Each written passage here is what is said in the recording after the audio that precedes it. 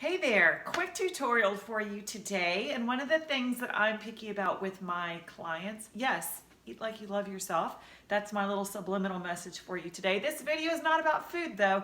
This video is about rows. So whether you're doing them with one arm or with two arms, I'm going to help you with a little tiny form adjustment that might make all the difference in the world, okay?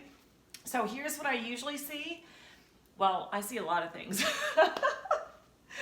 What I usually see is that. But when you are in good form and your back is in the right place and you send your hips back, I still see people bending their elbow too much and bringing their weight to their armpit, which is going to get a little bit of your rear deltoid, and it's okay.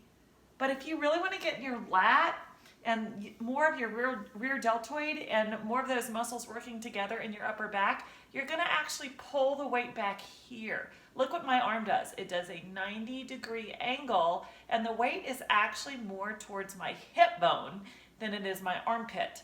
Okay, so no chicken arms. Let's not do wings today. Let's have a nice strong back. Watch this as well.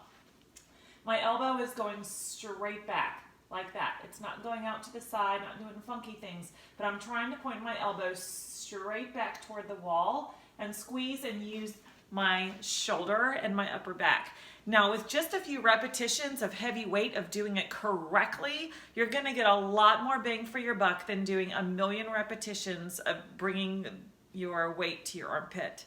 So that's my little tip for you today. Enjoy your workout. Eat like you love yourself.